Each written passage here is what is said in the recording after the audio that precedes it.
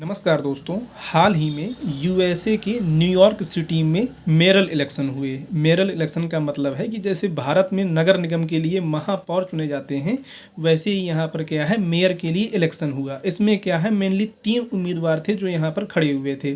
पहले उम्मीदवार थे एंड्रयू कुओमो, जो कि क्या है, इंडिपेंडेंट खड़े हुए थे। और आपको मालूम होगा कि यूएसए में क्या है, 2 ही मेन पार्टियाँ हैं, जिसमें से पहली पार्टी है रिपब्लिकन, जो कि डोनाल्ड ट्रंप की पार्टी है, और इससे उम्मीदवार थे कर्टिस स्लिवा। और यहाँ पर जो दूसरी पार्टी है डेमोक्रेट, यानी कि जो बाइडन की पार्टी है, जो ये इलेक्शन हार गए थे, यानी कि उनके बिहाफ पे कमला हैरिस ने चुनाव लड़ा था और वो हार गई थी।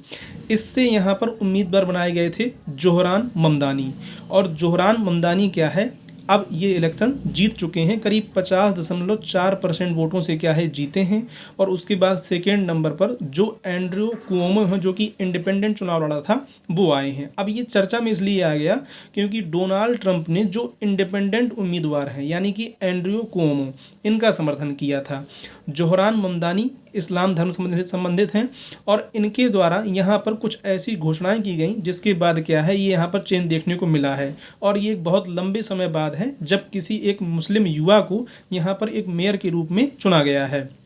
डोनाल्ड ट्रंप ने ये धमकी दी थी कि अगर जोहरान ममदानी को क्या है, यूएसए में न्यूयॉर्क सिटी के लोग अगर चुन लेते हैं तो इनकी जो फंडिंग मिलती है, यानी कि जो संघीय फंडिंग मिलती है सेंट्रल की तरफ से, वो क्या है, उसमें कटौती की जाएगी। उसके बावजूद भी क्या है, इनका यहाँ पर इलेक्शन में जीत करके आना ये दिखाता है कि जो डोनाल्ड ट्रंप की नीतियाँ हैं उससे लोग वहाँ के खुश नहीं हैं। और इतने छोटे इलेक्शन में पूरे देश के राष्ट्रपति जैसे व्यक्ति का हस्तक्षेप करने के बावजूद भी इलेक्शन हार जाना, ये बहुत बड़ा प्रश्न चिन्ह है।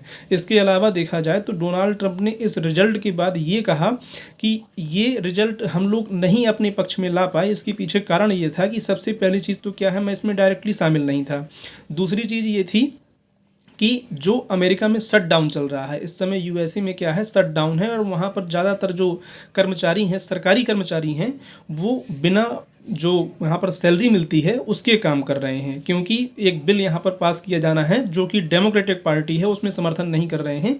इस वजह से यहाँ पर पिछले करीब 34 to 35 डे से क्या है, ये शट डाउन चल रहा है। और बड़ी आबादी इनकी जो है बिना पेमेंट के वहाँ पर काम कर रही है, और कई सारे काम ऐसे भी क्या हैं जो बाधित हैं।